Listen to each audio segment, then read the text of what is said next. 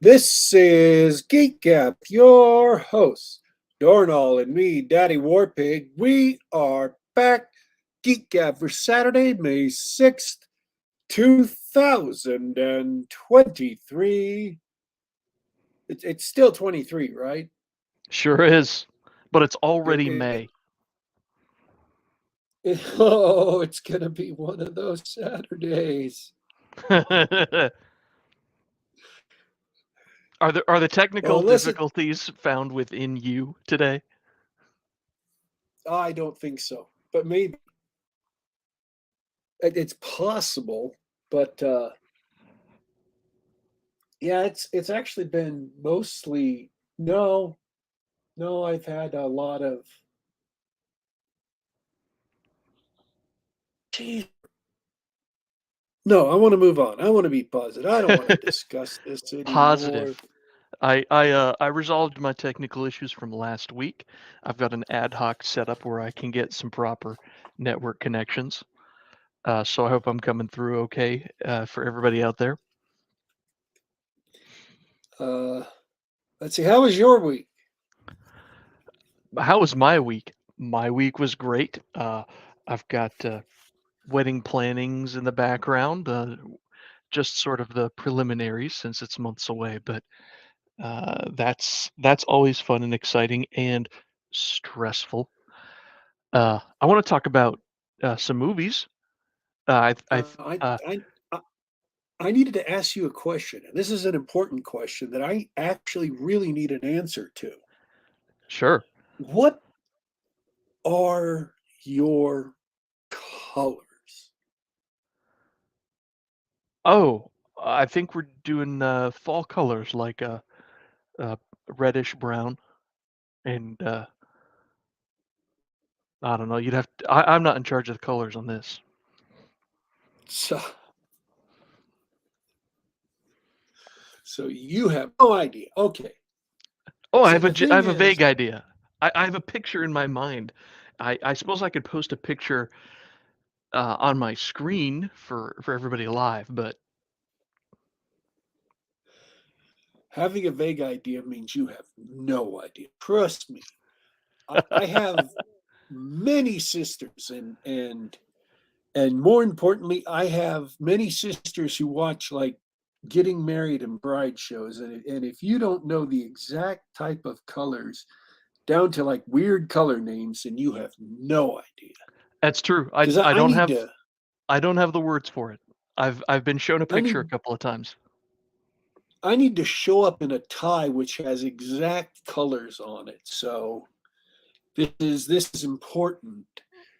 And if I don't have the exact color names, then it is going to be a major faux pas.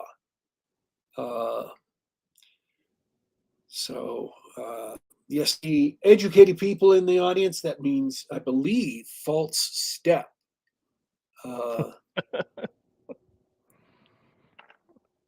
I'm Yeah, that would be a pretty sure. goof. I could be That wrong. would that would be a mistake. It could be so egregious, in fact, that maybe I'll just stock a few ties in that color so I can correct guests who think that they can wear any old So thing.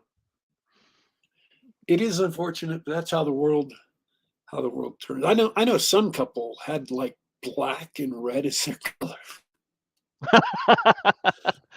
Yeah, yep. I can think of a politically incorrect thing or two to wear to that function. I'm just like, as soon as I heard that, I was just thinking, what, are you playing death metal? Do you have a death metal version of oh no, I can't even remember the name of it. The march or the song they always play when they walk down. Oh yeah. Uh, I'm just oh, black and red. No. So I mean, I don't have a lot of opinions on marriage colors and stuff, but black and red is just uh, that's one of them. That crosses even my line of absolute, you know, uh, absolute, completely ignoring fashion. Well, if you're going to talk movies, we got to bring in uh,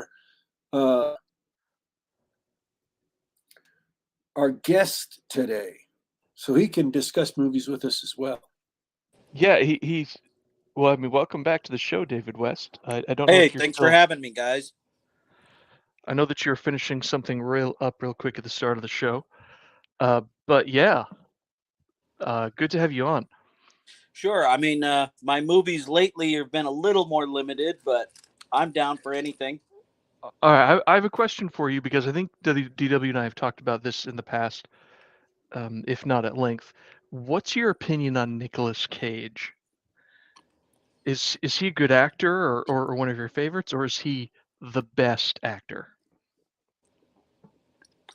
I wouldn't say favorite, but I would definitely say I like him, and he's done a lot of movies that I've enjoyed. But he's done so many movies that I still haven't even bothered to see. I mean, I only just barely sat down last week to watch. I am tripping over the title, the one where he's kind of playing himself. Yes, same here. The unbearable weight of massive talent. Yeah, I only just watched that last week. Me too. That's the one I wanted to talk about. What'd you think? It was interesting. I mean, they fictionalized a little bit, but it was still fun in the playing the what if, he was doing himself and crazy adventures. I enjoy that kind of story. You saw that one, right, Warpig? I thought we I talked about believe it. I reviewed it on the show. Yeah, I vaguely Yeah, remember because it was that. it came out a while ago. Yeah, I saw it last week too. It's so much fun. Like he's playing a fictionalized version of himself where he gets caught up in some what he thinks is some acting gig or he's humoring someone's script idea and it turns into this, this action movie where he's running from international crime lords and stuff. It hits all the beats you might expect, but it's a lot of. I thought it was a lot of fun to watch, and Nicolas Cage very self-aware in the Nicolas Cage isms. Yeah, and it had part of the Hollywood thing that I've noticed lately, especially that they enjoy doing little inside gags about making movies in Hollywood. Oh yeah, what was your favorite? It was just funny to me and kind of a weird synchronicity that he kept talking about the cabinet of Dr. Caligari, and then Amazon Prime keeps suggesting that to me this week. I've watched it years ago, but I'm telling my kids about it. I'm like, oh, that's a real movie. I don't think you'd enjoy it, but I'd never heard of it before. I knew about it as just a film person, and so I watched it years upon years ago, and it's weird. It's kind of like watching the old Nosferatu. Oh, that's one of my favorites. That's a perennial on the Halloween watch list. Okay, if you like that, then you might like Dr. Caligari if you can get into silent movies. Okay, because the thing about Nosferatu is that you have to strip away some of your expectations for what a horror movie should be. Not just the silence, but um, you have to accept the limitations of the effects. And then when you do that, then you see what amazing things they did with their, limited uh, tech, for lack of a better word, their limited technology back then in Nosferatu. That is some creepy stuff that happens in that film. Oh yeah, and all right now. So because we're on Nosferatu, I got to shift it again. If you like Nosferatu, then tell me you've seen Shadow of the Vampire. I I don't think I have. No. Oh man, if you like Nosferatu, you have to see Shadow of the Vampire because that one's only like I don't know 20 years old, but it's John Malkovich is F.W. Murnau, and he goes out and finds a real vampire, Max Schreck, played by Willem Dafoe, as a real vampire that he casts to play the vampire. Oh, okay. So it's I get it. The twist is that Max Schreck really was a vampire. Yeah, and it's done so well, and it's got a little bit of dark humor in it that he really hired a real vampire to play the vampire in Nosferatu. Oh, I have to see this. And Absolutely. it's got a great cast. Carrie Elways is in it. Udo Kier. Willem Dafoe. Willem Dafoe is the vampire. Is so good. It's so great. Oh, that's awesome. Which also reminds me of the streaming service. I forget which one has it. Reminded me that Rob Zombie did a Munsters movie, and I didn't last 50 minutes. It's the dumbest thing I've ever seen. I heard it was But terrible. it's not even a movie. It's worse. It's written worse and plotted worse than like a. It's like a television pilot. That's how bad it is. Like a television pilot made by first year students. What's the name of But the movie? the Munsters. It's sort of a from the old TV show. It's on It's Netflix. remake of I it can't or a remember. reboot or Yeah, it's like a I don't know if reboot is the right word, right? I mean, when was the last time they made a Munsters movie or show? Absolutely dreadful. Do not recommend. But at the beginning of the film, one of the characters is playing Nosferatu. He's got the same makeup and the getup, and I'll give it this: the makeup and the costume for Nosferatu, as well as the mannerisms, the actor absolutely nailed it. So if you already have Netflix, you can watch the first 10 minutes of cringe. But you can, or just watch the preview that they roll when you're just hovering over the film. The actor does a really good job.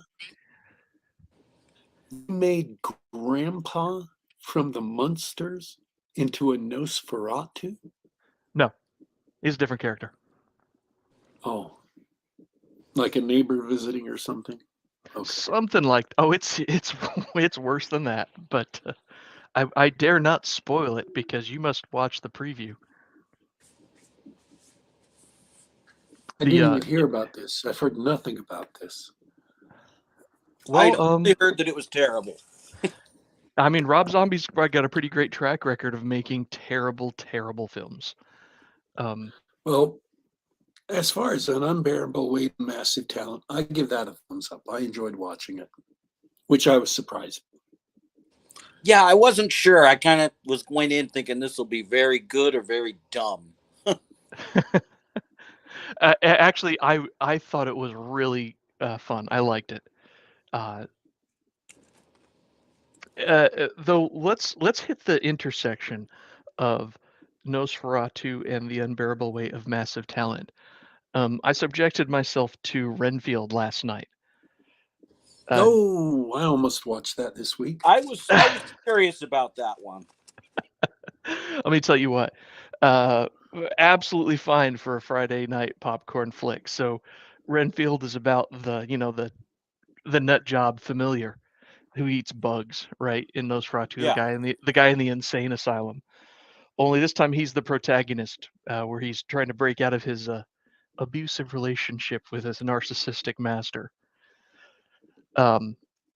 Well, there are no surprises if you've seen the trailer. It's going to hit all the beats and the jokes that you might expect. And yes, one of the draws, or probably the main draw of the film, is Nicolas Cage doing pure Nicolas Cage. Hams it up as Dracula, chews all the scenery. Absolutely ridiculous delivery of some of these lines. It's really fun to watch him be Dracula. And the other treat is Renfield has similar superhuman powers. And so they dial up the cheesy fountains of gore to 11. Body parts are flying everywhere. It sounds like a 14 or 15-year-old boy wrote the fight scenes, and I mean that in a good way. So are we talking like Fist of the North Star levels of? Oh yeah, like limbs flying out. That Dracula slashes with his claws, and fountains of blood pour out onto the floor, gushing out over everybody. Really cool. I don't have too much more to say about it because it's like you get what it says on the tin.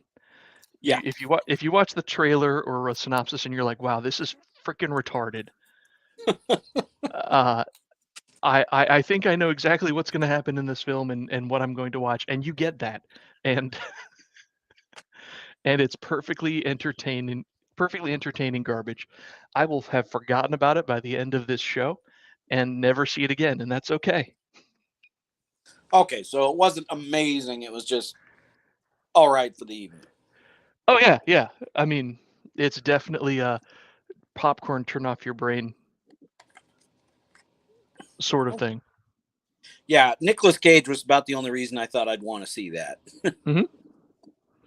Oh yeah, the script is as dumb as you imagine it will be, and Nicolas Cage was really fun to watch, and some of the action was fun to watch too. I could go into more critique than that, but it's if you're expecting monster fights John Wick, no. Okay. So anyway, that's how my week is going.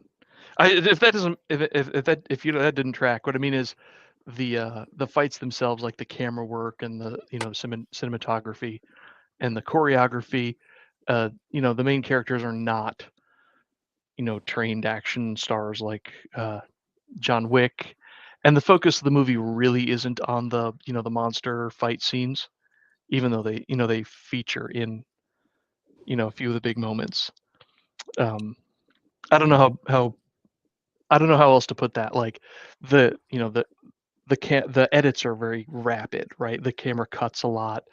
There aren't a lot of wide shots of people doing the crazy wire fu that's sort of promised by the trailer, that sort of thing. That's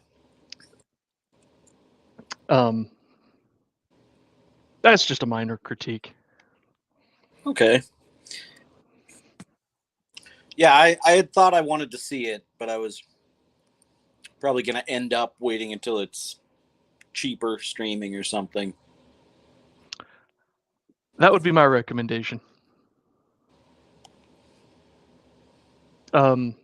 That's my week. What's new, D-Dubs?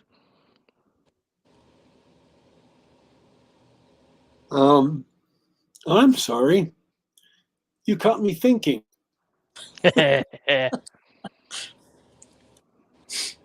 Uh,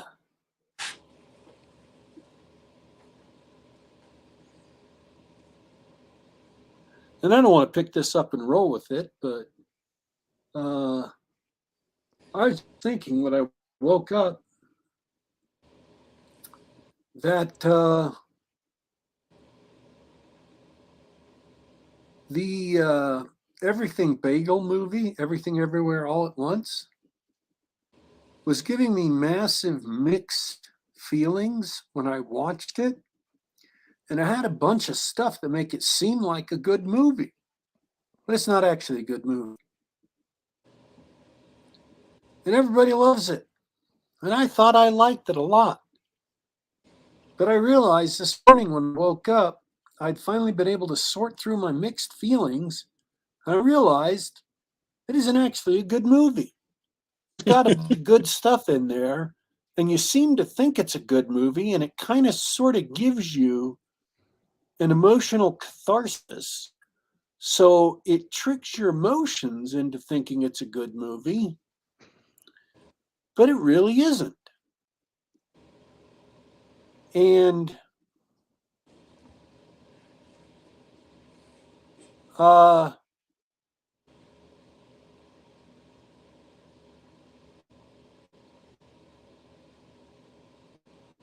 So, can you square that circle for me? I mean, if a film is telling a story and that story evokes emotions, presumably they're the emotions that they intended to evoke.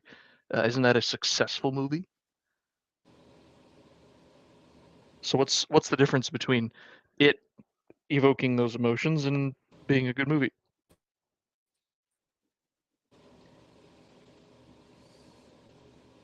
the movie the story of the movie undermines its own premise. The catharsis of the movie is about a mother and daughter reconciling. The stakes of the movie are about saving the universe. So either they've tricked you into watching a 2-hour movie where the stakes don't matter because it's, what the movie is quote unquote really about is this daughter and mom really coming together and saving their family and coming together with the dad and realizing they actually love each other and everything's cool, right?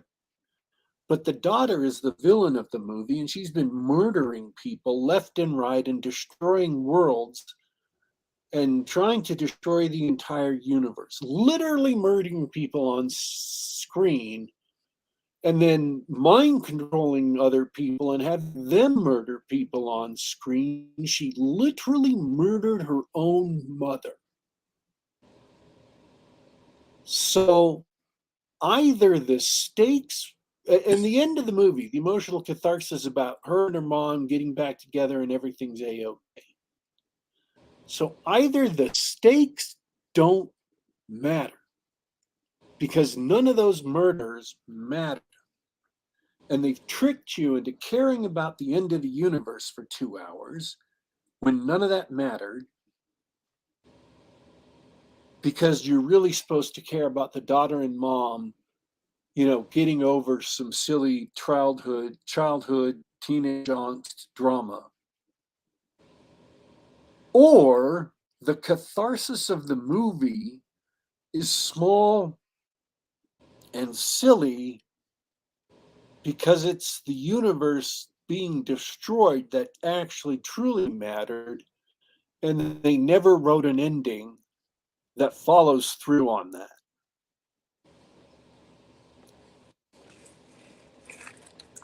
See, the ending of Return of the Jedi at least followed through on the family drama. Luke Skywalker and Darth Vader's family drama came to an end, and it mattered because he stopped the Emperor from killing Luke, and he died, and he had a small moment of redemption, but his, all that stuff mattered. Emperor dying mattered.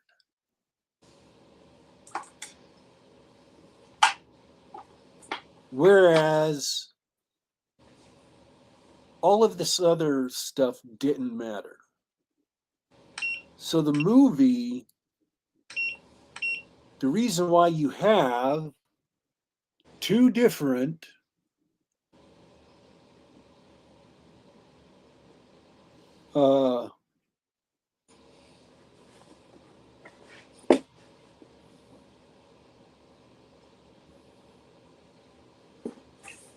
Two things different. going on, and they never gel. They don't mesh with each other. So it's a bad movie. It has Sort of stuff in it that's fun. That's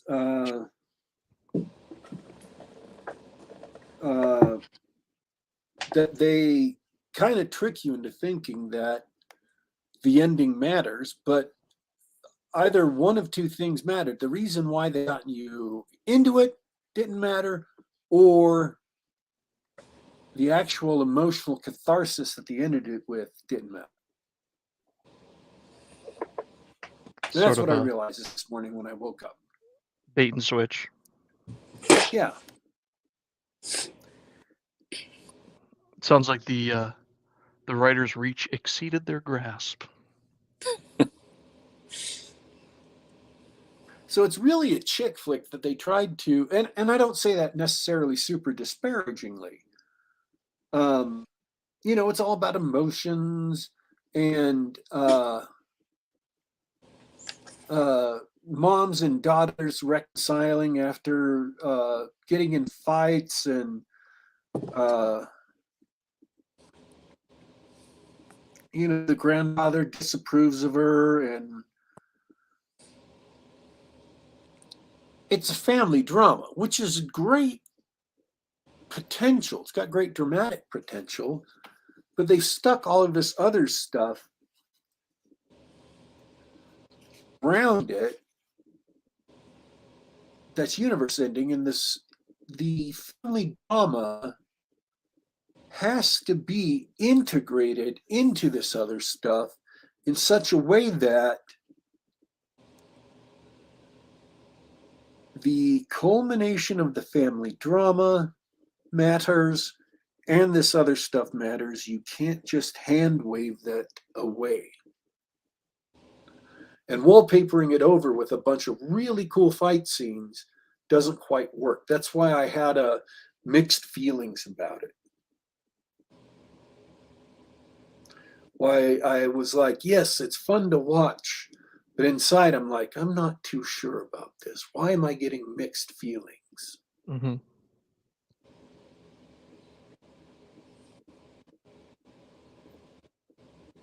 It kind of mirrors what I've been hearing online. Is I'd heard people say that it was so wonderful, and then I'd heard other people say it's kind of dumb because it just contradicted itself. And you're one of those reviewers where when I hear what you say about a movie, I put some good weight behind that. It sounds like, and all I only know the trailer, but it sounds like the that multiversal conflict, or those multiversal crimes. It sounds like they resolved the thread between the mother and the daughter, but the daughter, who's the villain, who's done all these horrible things, it sounds like there's no authority or there's no way for her to actually atone for those crimes. The crimes are just sort of left unmentioned at the end. Is that sort of the source of that bait and switch?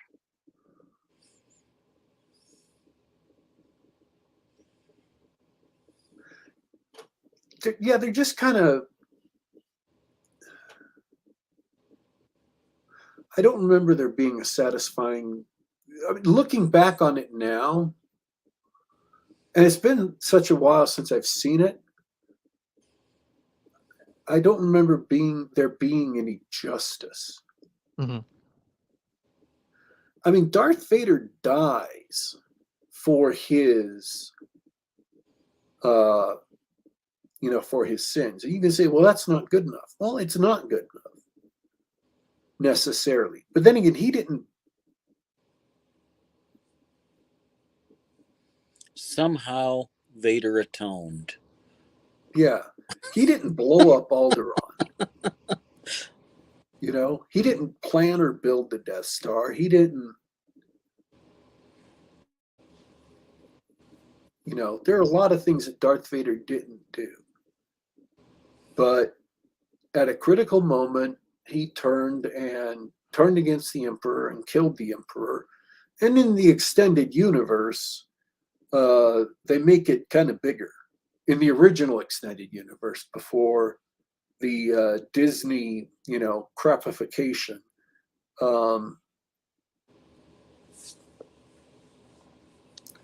And then he died. He gave his life to try and undo what he did. That's a significant thing. Yeah. That's not, and I'm not saying that's enough. I'm not saying that, absolves him of everything. But he at least did something to turn against it. And he turned against it, and he suffered great pain and death. And there were no consequences for the villain and everything. Is that what you're saying? Not that I can remember, no. Mm. And I'm sure people can correct me on this, and I'll, because the end of the movie is the mother and the daughter being reconciled. So yeah, she doesn't give her life to atone for all the murders and destruction she's committed.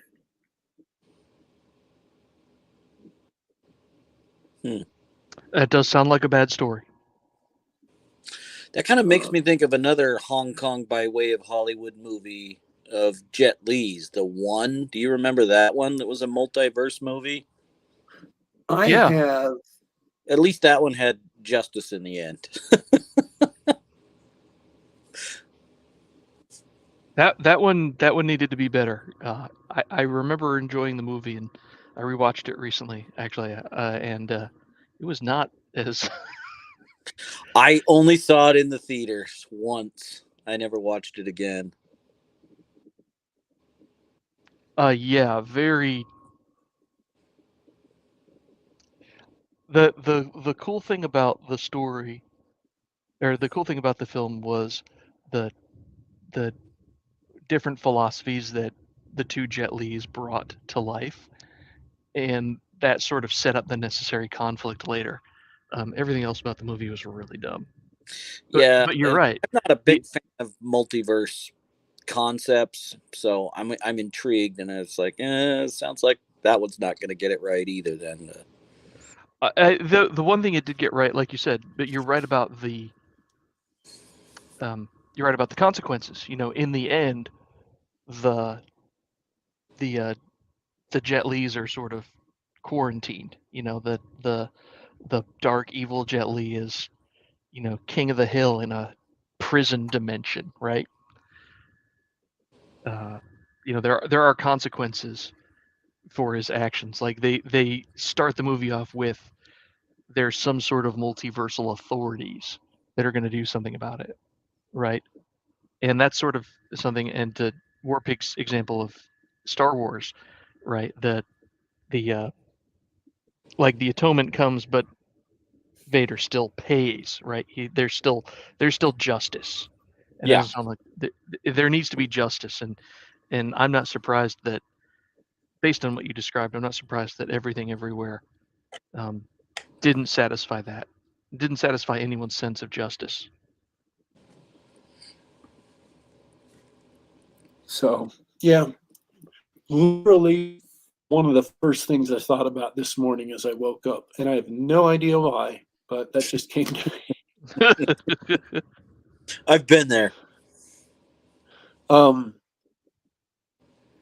So, and the other thing about it too is, and that's going to connect with the other thing I wanted to talk about.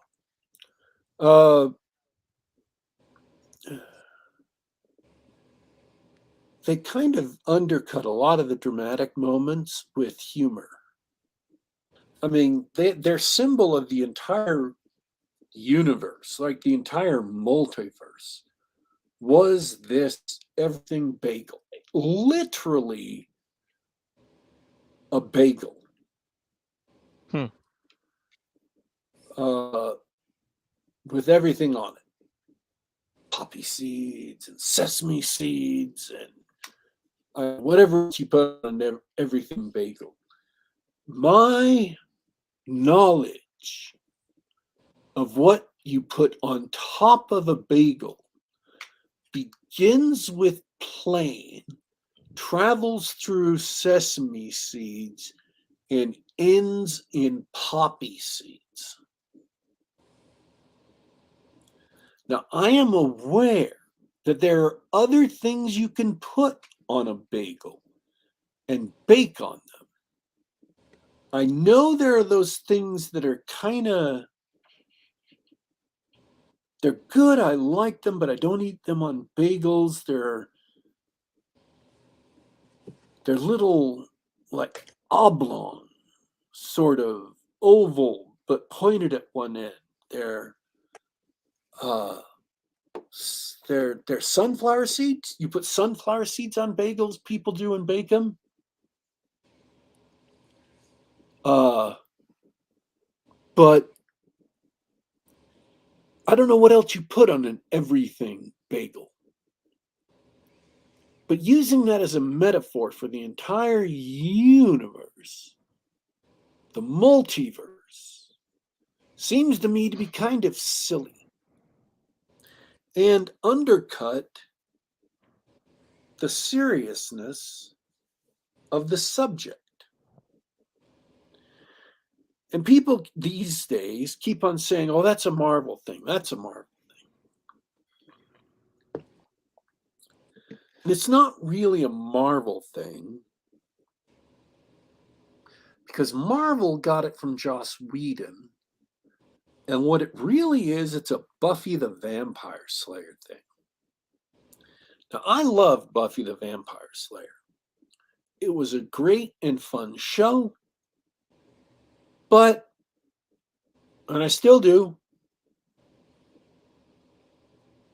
I don't care who knows it, and if you don't like it, tough. But the attitude of Buffy the Vampire Slayer, where you purposely undermine any epic or great threat with humor or sass, is not appropriate for every movie or show. And the current generation of coastal screenwriters, it's just institutionalized smartassery. If you understand what I'm saying, it's being a smartass. It kind of got to the point when I started hearing people talk about their book's main protagonist. If their first adjective is snarky, I've been like, I'm not going to read that. Yeah.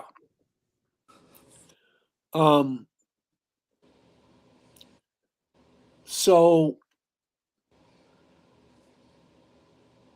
when you look at like the Marvel movies, you can do that sort of thing well, or you can do it poorly. The first Avengers movie was great. It was a phenomenally well done movie, and I will still hold to this. Even though several of the movies leading up to it were, as individual movies, kind of weak. First Iron Man had a lot of weaknesses because they were doing a lot of improv and then tried to do a movie together out of all that improv footage. It was rough. And then, Captain America, the First Avenger, that whole middle section where they were fighting Hydra was just kind of like the plot, a lot of bad stuff. Thor was really good, but it was rushed. The story was rushed. He didn't really have time to develop what he was supposed to develop as a character. Iron Man 2 was awful, just awful. I don't even remember if there were any other movies before the Avengers. Hulk. Oh, Hulk. Well, that was terrible. That was a disaster. They let Edward Norton take over that movie, and it was just eye-wateringly bad. Although his sort of love interest in Brazil was just so beautiful. I can't even tell you. And then we got to the Avengers, and the Avengers was almost perfect. It was just a phenomenal movie, top to bottom, left to right. And it thrived on that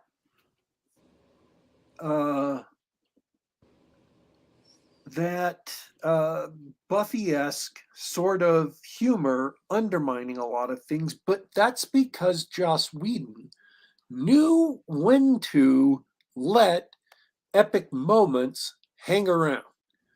And there's an epic moment where the old man stands up to Loki and says, "There are always men like you," so on and so forth. Great moment. Sends chills down your spine. There's a epic moment where Captain America turns around and says, I only know one God, ma'am, and he doesn't dress like that. Great moment. Perfectly encapsulates the character of Captain America, and they never got it better in any movie after that. And he jumps out of the plane. You know, he let that snarkiness, that smartassery go long enough in certain moments to kind of alleviate it. Could it have done with more? Yes. Undermining epic moments, undermining the momentous moments of grandeur and awe is just something that is a modern thing. And you can tell why it's important and great, not for every movie. You don't need that in every movie. For example, Beverly Hills Cop, right? Didn't need that all the time. You need a couple moments of it, but you didn't need that all the time. Sorry, all I remember is the banana in the tailpipe. It has been a minute. But you want where it worked to not have that hardly at all, where even the humor was not that snarky, smartassery humor, right? The Lord of the Rings movies. Epic, grand, great, moving, awe-inspiring. So, where you have movies that the natural bent, and this is something writers have to learn, you have to steer into the natural bent of the material. And this modern generation of writers just wants to be snarky and smartasses all the time. And that's just dumb. And it wrecks the material. And I kind of think it's because they hate the material they're writing. They hate that they're writing fantasy movies. They hate that they're writing science fiction movies. They hate that they're writing, reboots of He-Man. That's not a hypothetical. They hate that they're writing The Witcher. Not a hypothetical. And so they just want to ruin it with all this snarky stuff because they mock the original material. Epic and grand writing is like a beautiful piece of architecture, a beautiful piece of music, or a beautiful sculpture or painting. Beauty, grand beauty, evokes awe, which quiets the soul. It connects us with the infinite and the divine. It is a near spiritual experience. And that experience is the exact opposite of the daily experience of a lot of writers. And they must despoil it and avoid it whenever possible because it is anathema to their desires. It is anathema to everything they stand for. And they don't want to have it around in their work. So they go for snarkiness and they go for this sort of humor that immediately undermines it. You can't have heroes be heroic. You have to mock them as soon as they appear. And if you've seen Firefly or Serenity, you know what I mean. Or Guardians of the Galaxy. You can't have Star-Lord be a great and inspiring hero. He has to be made fun of. And so you're going to ask, well, where is this going? Why are you on this rant? And that's going to take me directly to my subject for today's episode, which is a review of Dungeons and Dragons: Honor Among Thieves. And you may, if you are good at pattern recognition,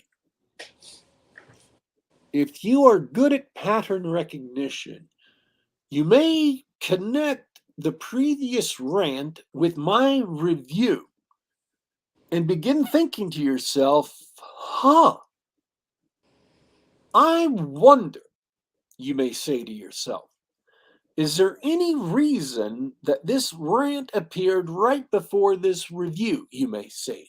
So, I, being one of those unusually intelligent and attractive members of the audience of Geek Gab, could it possibly be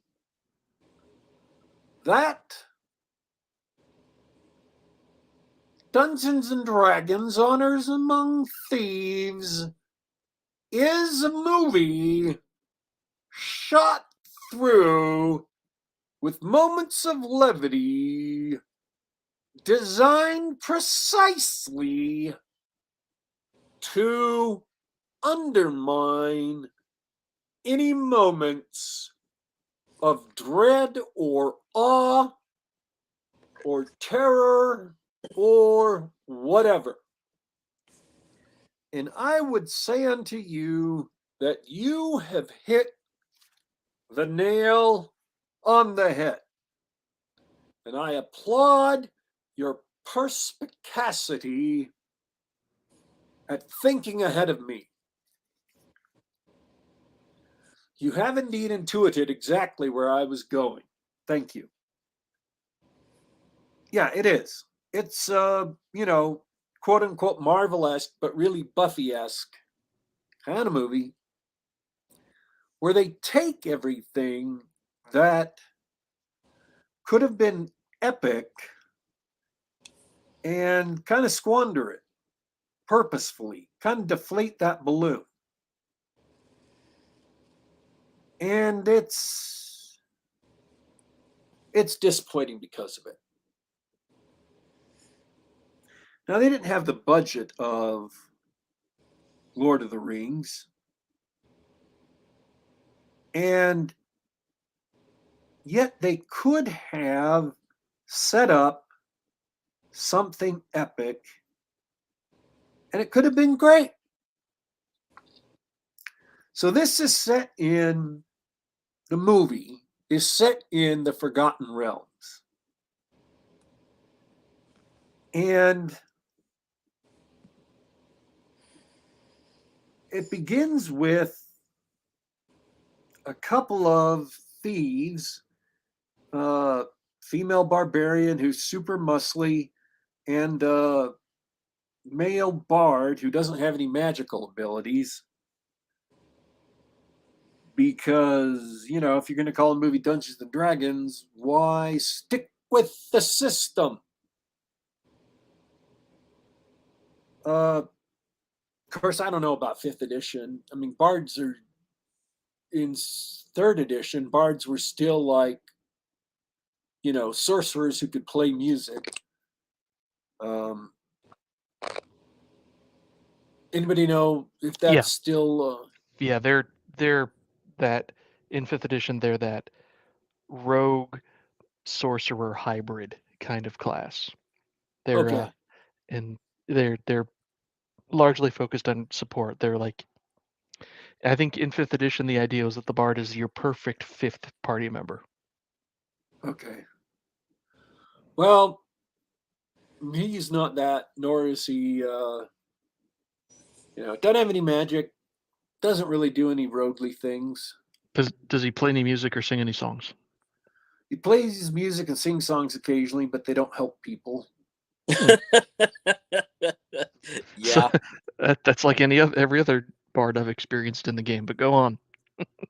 Oh, so you're saying that's truth in advertising? I'm just saying that bards are banned at my tables. That's all I'm saying. So he and he's giving literally what he calls his backstory.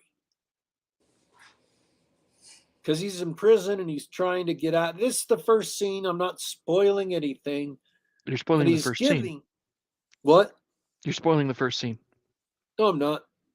If Okay. that's the first thing you see when you walk into the movie, that's not spoilers. That is the official policy of the show. It always has been. So that's not a spoiler. That's just the opening of the movie. Sorry. And he calls it his backstory. In the movie, he says, "I'm giving you my backstory," and it's a tragic backstory. And you'd think this would be the moment for tragedy. He's got a wife and kid.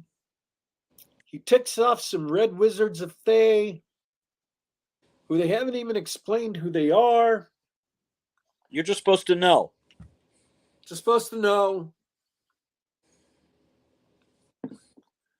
Oh, he's a harper of the Harpers of Faerun, of Forgotten Realms. Which they don't bother to explain. Yeah. They don't bother to explain. Not really.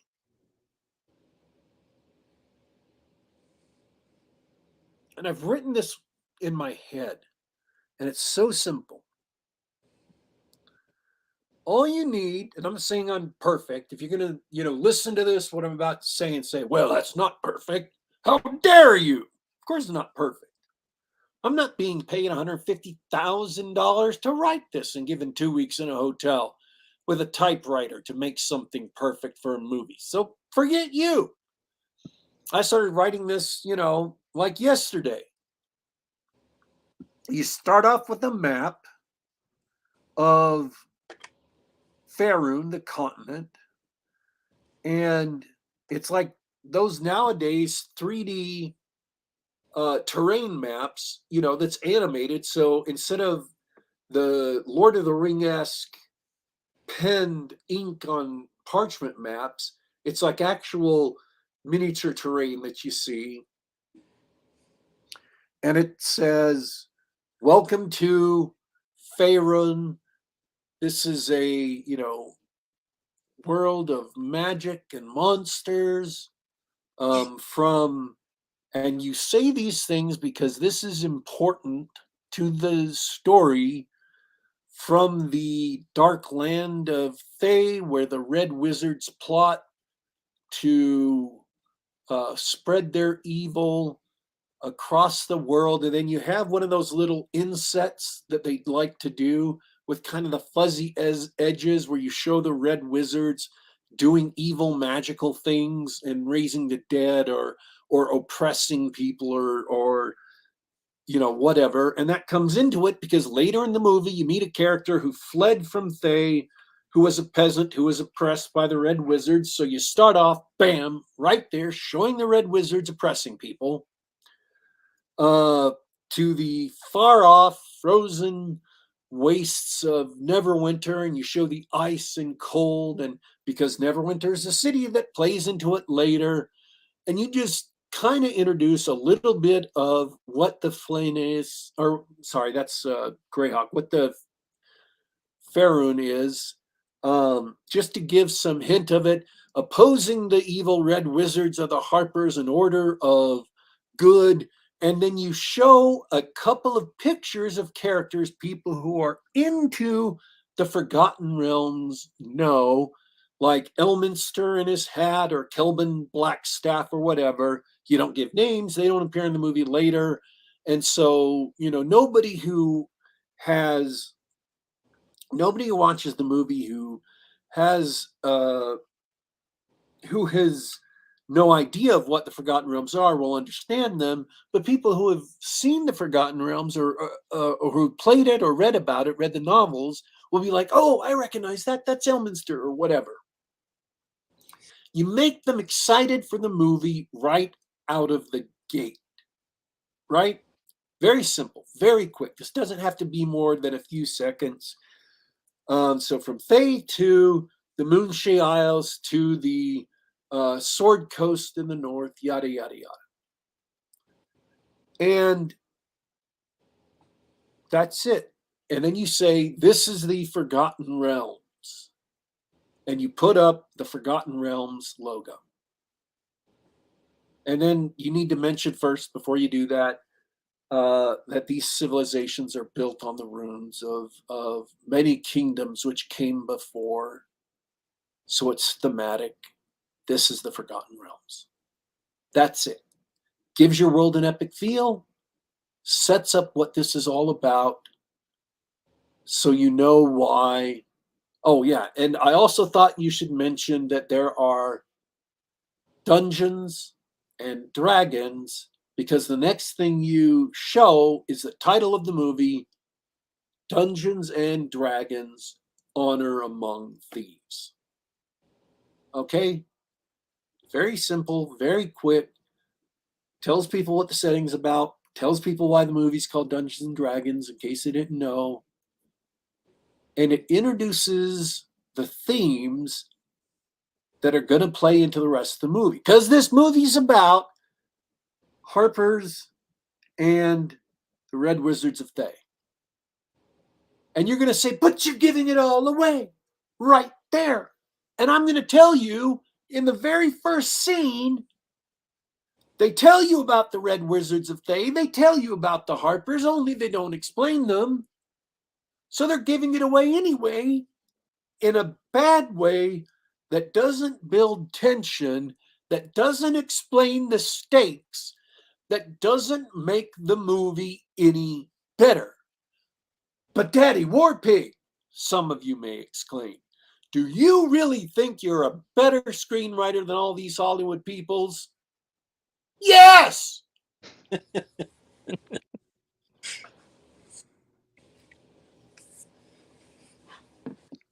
Well, they're all on strike now, so. Yeah. So anyways, that's what I wish they would have done better with the beginning. Set up this epic clash. At least thematically.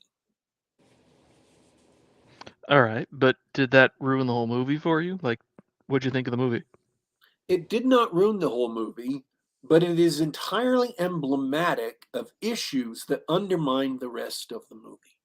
I'm not saying this movie is terrible. I'm not saying it's the worst movie I've ever seen. There are a lot of fun and good things in this movie. But them not explaining the Harpers and them not explaining the Red Wizards of Thay happens again and again with very different things throughout the rest of the movie. They just kind of yada yada a lot of things. One of the terrible things is they mention clerics in kind of an offhand manner, but there are no clerics in the movie. And they never mention temples or gods or who they are, even in an offhand manner. No one ever says, oh, I'm going to go make an offering to X god, Tyr, the god of warriors and barbarians or whatever. None of the characters appear to be at all religious, which in the Forgotten Realms is insane. Because the Harpers, and this is the dumbest thing, this is one of the things about the Forgotten Realms is dumb.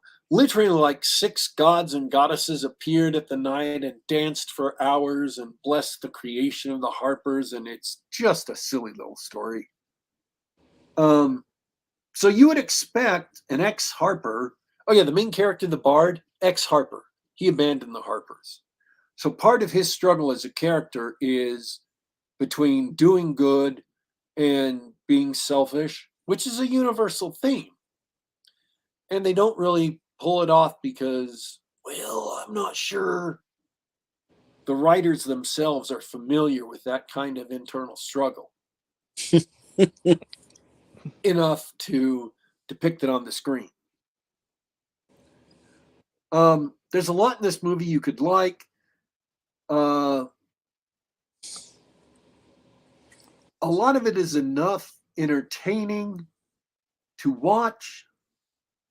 The climax, and this is where I get back to learn what your material requires and give your material the tone that is appropriate for it. If you've read the Myth series by Robert Asprin, and it's great, the 10 books of it are really, really good. I haven't read the ones after that he co-wrote with Jody Lynn Nye. No objections to them. I'm not saying they're bad or I've heard bad things about it. Just haven't read them. But starting with Another Fine Myth, they are light-hearted parodies, or I can't remember the word. They're just light-hearted, fun fantasy. They're not epic fantasy. They're not sword and sorcery. They're just fun fantasy books. So you go into them expecting that, you get that from it, so they're shot through with humor. So they're not big epic books. Whereas the most recent Dresden Files book, which is about this huge, massive invasion of Chicago, and fighting to save the city from being destroyed by a magical army of ancient monsters, is big and epic. And you don't undermine that with jokes every few sentences. You let the material be what it's supposed to be. And the climax of this movie, what is actually going on when all is said and done, the movie needed to be epic. It did not need to be undermined with humor as often as they did. And it is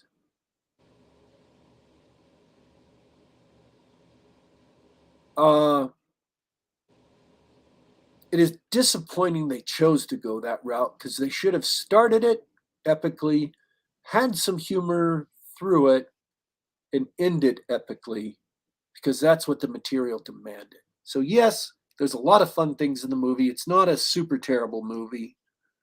I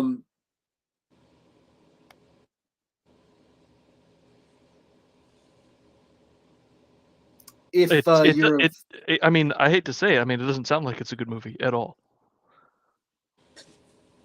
Based on your description, why would anyone want to watch because it? that's because you don't put me in the category that most other people put me in. Most people listening to the show put me in the Yahtzee category, which is I'm a praiser by exception. If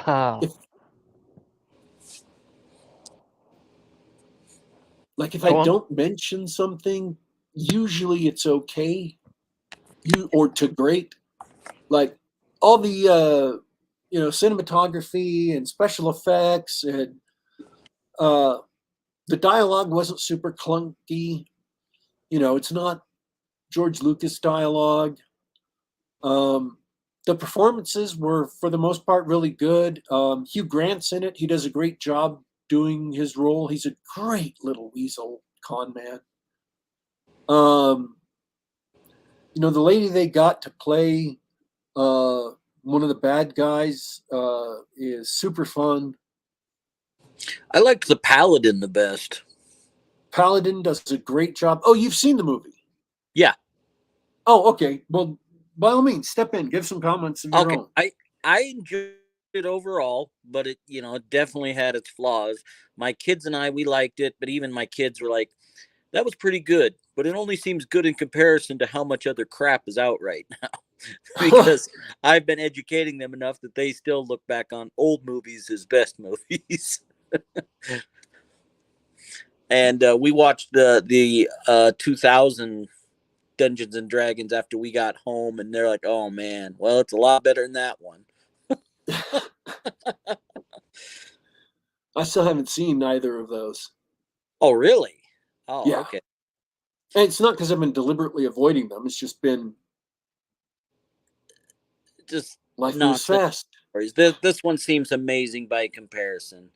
I did enjoy this one, but yeah, they throw in the snark everywhere because that's just what they do now. And I wish there was some things in it where they had just had a little more practical knowledge of how people act, even in a fantasy. But you know, I overall, it's a good popcorn movie. So Doranall, I want to say that I think it's still good, not great, but good. And better than that last Dungeons and Dragons movie. Oh yeah, by miles.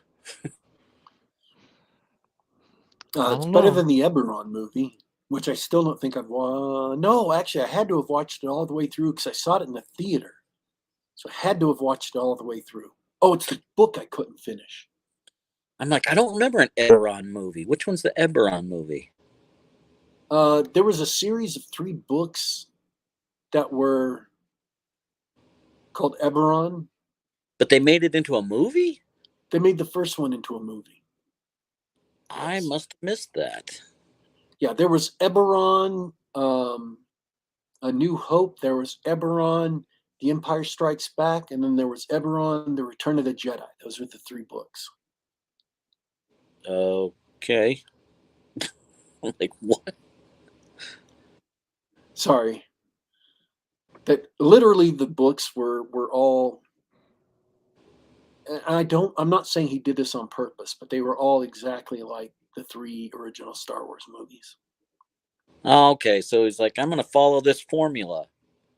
Exactly. I don't know that he did it on purpose because he was a teenager when he wrote the books, but yeah. Huh.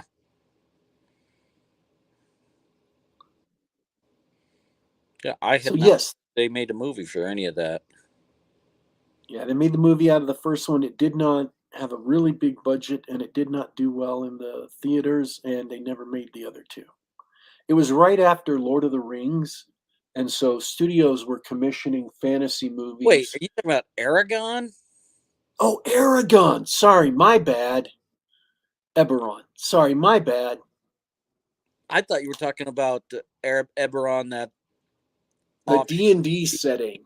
No. That's what I was picturing too. I was scrambling on IMDb trying to find out what you're talking about. Sorry. That's my mistake. I just made a mistake with the name. Totally my fault. My apologies to the audience. I was just like, how did I miss that? That was my mistake. So, yes, Aragon. I meant Aragon. Honor Among Thieves is much better than the Aragon movie. Yeah, I for sure agree with that.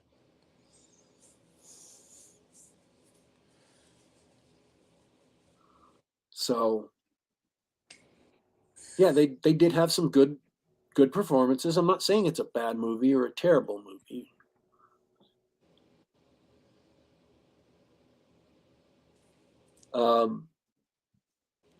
I'm just saying the material demanded an epic treatment, and they didn't give it.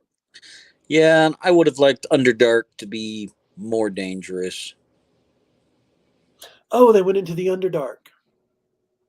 Yeah, would have been nice if it was more dangerous than what it was. I mean, there are some cameos of characters you may recognize. And this is the weird thing, I thought. There's an extended sequence of cameos of characters you may recognize, but they don't have characters from the Forgotten Realms that make cameos. I just thought that was weird. I read after I saw the movie that there was one that you've already mentioned, and I'm like, I didn't see him. And then I read a little bit farther on. I'm like, oh, that was him, because that's not how he's been canonically portrayed. So I didn't think that was him.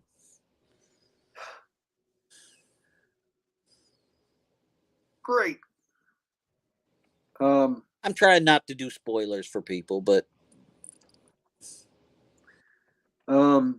Yeah, they have a paladin show up, and he acts kind of. This is the same world where there's no mention of any gods or clerics. Yes. Right, and I kind of forgot that with the druid tiefling. But they don't explain what druids mean in. No, you they just,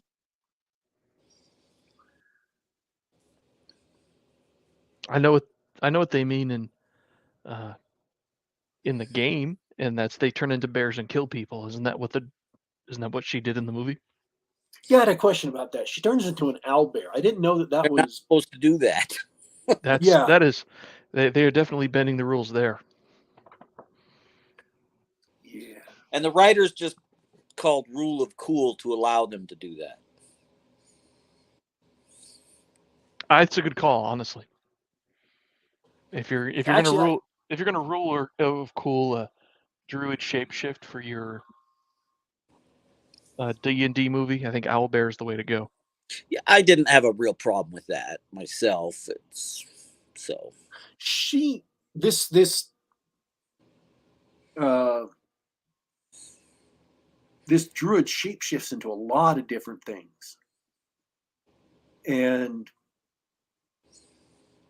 I found myself wondering if that was within the rules too. When you find yourself wondering if it fits within the rules, the movie has kind of lost you a little bit, but she does a lot of cool things with it. yeah, that was a fun sequence. Oh yeah, that was a great chase scene where the druid's trying to race away from the bad guys, and Yeah. she's shapeshifting into a lot of different monsters in order to get away. There are some really cool things in the movie. Yeah, that's why I wanted to, specify to Dornall that it is better than his initial reaction to what you were saying. Okay.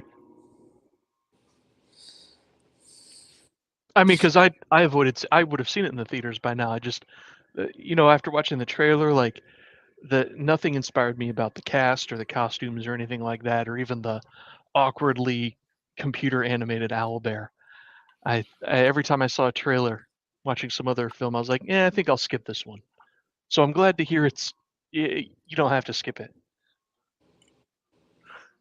I would definitely recommend catching it on streaming. Sure. Yep. Okay. That's my review.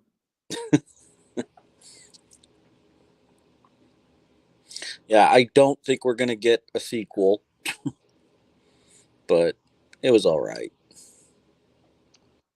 Hey guys, we're over time now, so one last thing I want to ask. Warpig, do you still want to talk about the third season of The Mandalorian, or do we want to save that for another day? All right. Or not ever? I'm okay with not ever. Yeah, no, I really don't want to talk about it.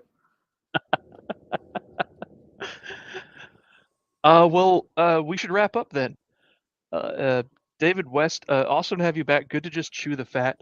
Anything you want to say, plug, website, or anything people should check out so they can hear more of you? I'm a regular on Twitter, I guess. That's David _J West. Twitter is probably where I'm the most active. I'm excited. I just finished writing a novel with Dave Butler that I'm excited that we'll probably push towards Bane Books, and maybe it'll be out next year. That'll be a lot of fun. That's the first co-written book I've done, so I'm excited for that. We got to edit it now, but it's done, so that was cool. Oh, that's great. Just I'm out there, so thanks for having me on. Cool. And you just finished a trilogy just a few months ago. A what? Cowboys and Cthulhu Book 3. Oh, yeah. I released that just in time for Fan X this last year. That one was more of a collection of short stories. Had some new ones, had some previously published. Because one of the stories was in Pulp Rock that came out early last year, and a few other spots. And yeah, I'm getting to work on the next one in the volume, hoping to get it out soon enough, and still plugging along. I had quite a dry spell for the last year, but I'm back at it now, thanks to having some accountability writing with Dave Butler. So that's kind of what I needed to get back on track, was accountability to a friend. Oh, that's great to hear. Love to hear more of your stuff. We'll Yeah, talk more when you wanna come back on and shill and show off. I appreciate that. Cool. Um, as for me, I hope everybody enjoyed chatting about the stuff we love to talk about. We love talking about Dungeons and Dragons, even when we're talking about movies and not the game itself. Really good times. I hope everybody who catches this later appreciates our reviews. Maybe your opinions match up with ours. Maybe they don't. And always, I'd like to thank my inimitable co-host, Daddy Warpig. Thanks for the show, and I'll be signing off for this week. Take it away. All right, folks, this has been Geek Gab for Saturday, May 6, 2022. You can find us on youtube.com/geekgab. Once again, it's youtube.com/geekgab. You listen to us live, and we thank everybody who showed up and participated in the chat, or you can listen to us later. We should be archived here along with the awesome members of our chat. And we have done this for your benefit because that's the kind of awesome people we are here on the show. You can listen to us on SoundCloud.com, on the Google Play Store, or on the Apple iTunes Store. Just do a search for Geek Gab. You can download us to the device of your choice, listen to us on the web, or save it to your computer. We are signing out for today, folks. But don't you worry, don't you fret. We will be back.